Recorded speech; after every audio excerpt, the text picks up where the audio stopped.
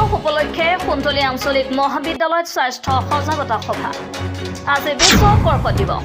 এই ৰোগৰ ভয়াৱহতাৰ প্ৰতি লক্ষ্য ৰাখি কৰ্কট দিৱস উপলক্ষে কামৰূপৰ কুন্তলী আঞ্চলিক মহাবিদ্যালয়ৰ উদ্যোগত আৰু কুন্তলী সামূহিক স্বাস্থ্য কেন্দ্ৰৰ সহযোগত মহাবিদ্যালয় প্ৰাংগণত এখন স্বাস্থ্য সজাগতা সভা অনুষ্ঠিত কৰা হয়।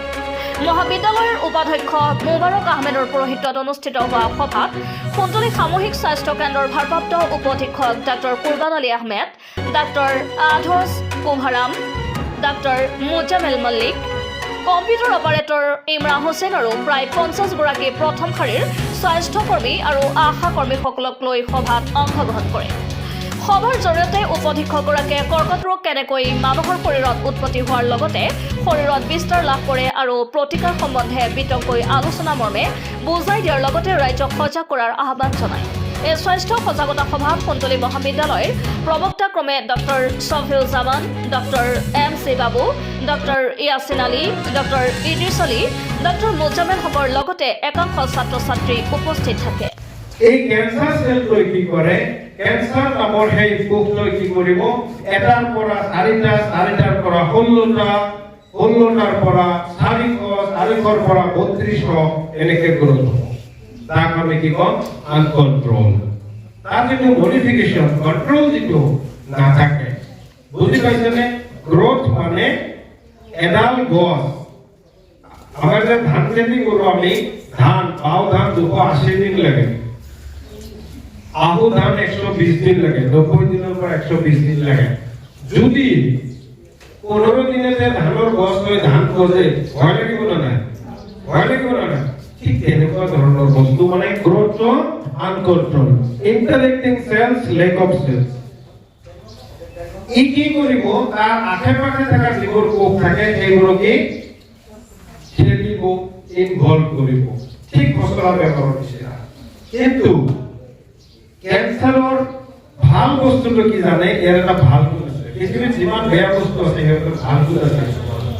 সেই ভালটো হ'ল আপুনি ক্যান্সাৰ ৰোগীৰ লগত বহি থাকিলে আপোনাৰ গাত ক্যান্সাৰ নহয়।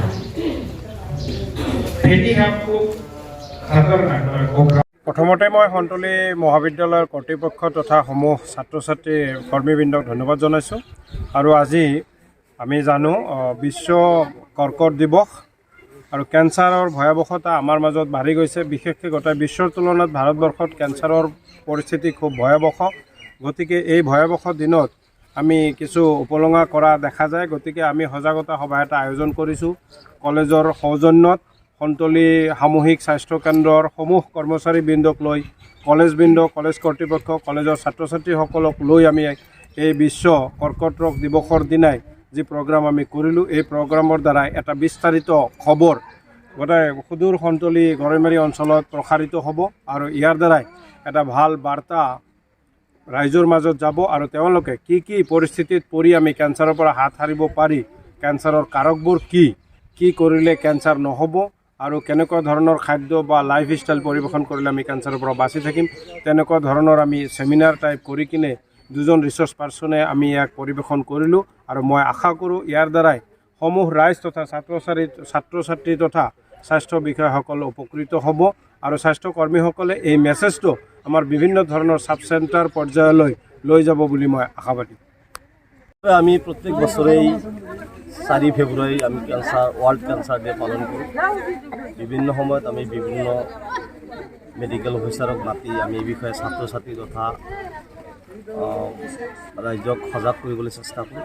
এইবাৰো আমি সেই উদ্দেশ্যেই আজি আমি কুন্তলী CHCৰ ডক্টৰ কুৰবান আলী আহমেদ, তেখেত ডেপুটি চুপাৰিনটেণ্ডেণ্ট হয়, তেখেতৰ আমন্ত্ৰণ কৰিছিলোঁ আৰু তেখেতৰ এটা টীম প্লাছ তেখেতৰ সকলৰ যি স্বাস্থ্যকৰ্মী সকলোকে মাতি আনি আমাৰ ছাত্ৰ ছাত্ৰী আছিলে, তেখেতে বিশেষ ট্ৰেমেণ্ডাছ এটা লেকচাৰ দিছে। আমি বহুত মতে আনন্দিত হৈছোঁ আৰু ভাবিছোঁ ইয়াৰ জৰিয়তে আমাৰ ছাত্ৰ ছাত্ৰী তথা আমাৰ অঞ্চলবাসী কেঞ্চাৰ সম্পৰ্কে যথেষ্ট সজাগ হৈছে আৰু এই বাৰ্তা ৰাইজলৈ লৈ যাব। এইখিনি আমাৰ আজিৰ উদ্দেশ্য আছিলে আৰু আমাৰ উদ্দেশ্য ছাকচেছ হৈছে।